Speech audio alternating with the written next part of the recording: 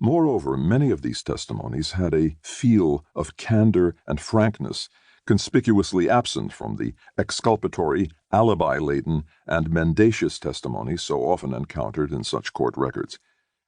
The investigation and legal prosecution of Reserve Police Battalion 101 had been a decade-long process, 1962 to 1972, conducted by the Office of the State Prosecutor, Staatsanwaltschaft, in Hamburg. This office, surely one of the most diligent and committed prosecutors of Nazi crimes in all of the Federal Republic, still had custody of the court records relating to the case, and I successfully applied for permission to see them. Unlike so many of the Nazi killing units, whose membership can only be partially reconstructed, Reserve Police Battalion 101's roster was available to the investigators. As most of the men came from Hamburg, and many still lived there at the time of the investigation, I was able to study the interrogations of 210 men from a unit consisting of slightly less than 500 when it was sent at full strength to Poland in June 1942. This collection of interrogations provided a representative sample for statistical answers to questions about age, party and SS membership, and social background.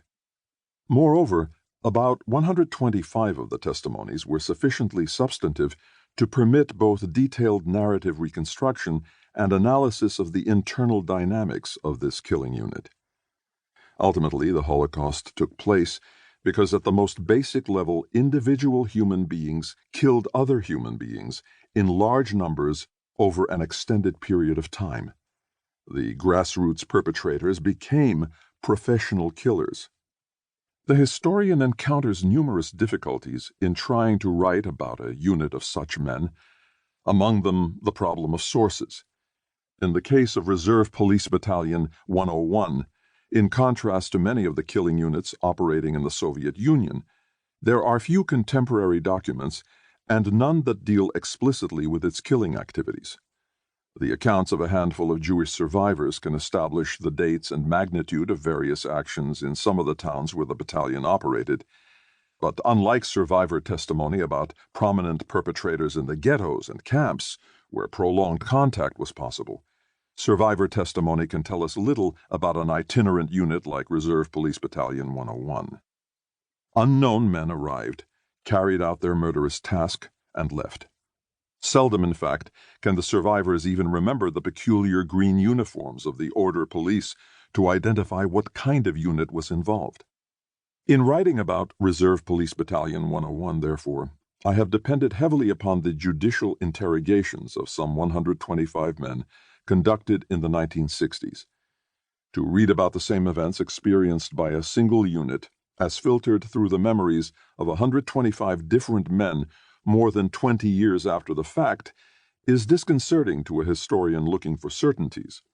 Each of these men played a different role. He saw and did different things. Each subsequently repressed or forgot certain aspects of the battalion's experiences or reshaped his memory of them in a different way. Thus, the interrogations inevitably present a confusing array of perspectives and memories. Paradoxically, I would have had the illusion of being more certain about what happened to the battalion with one detailed recollection instead of 125. Beyond the differing perspectives and memories, there is also the interference caused by the circumstances in which the testimony was given. Quite simply, some men deliberately lied, for they feared the judicial consequences of telling the truth as they remembered it. Not only repression and distortion, but conscious mendacity shaped the accounts of the witnesses. Furthermore, the interrogators asked questions pertinent to their task of collecting evidence for specific indictable crimes committed by particular people, but did not systematically investigate the broader, often more impressionistic and subjective facets of the policeman's experience that are important to the historian, if not to the lawyer. As with any use of multiple sources, the many accounts and perspectives had to be sifted and weighed. The reliability of each witness had to be assessed. Much of the testimony had to be partially or totally dismissed in favor of conflicting testimony that was accepted. Many of these judgments were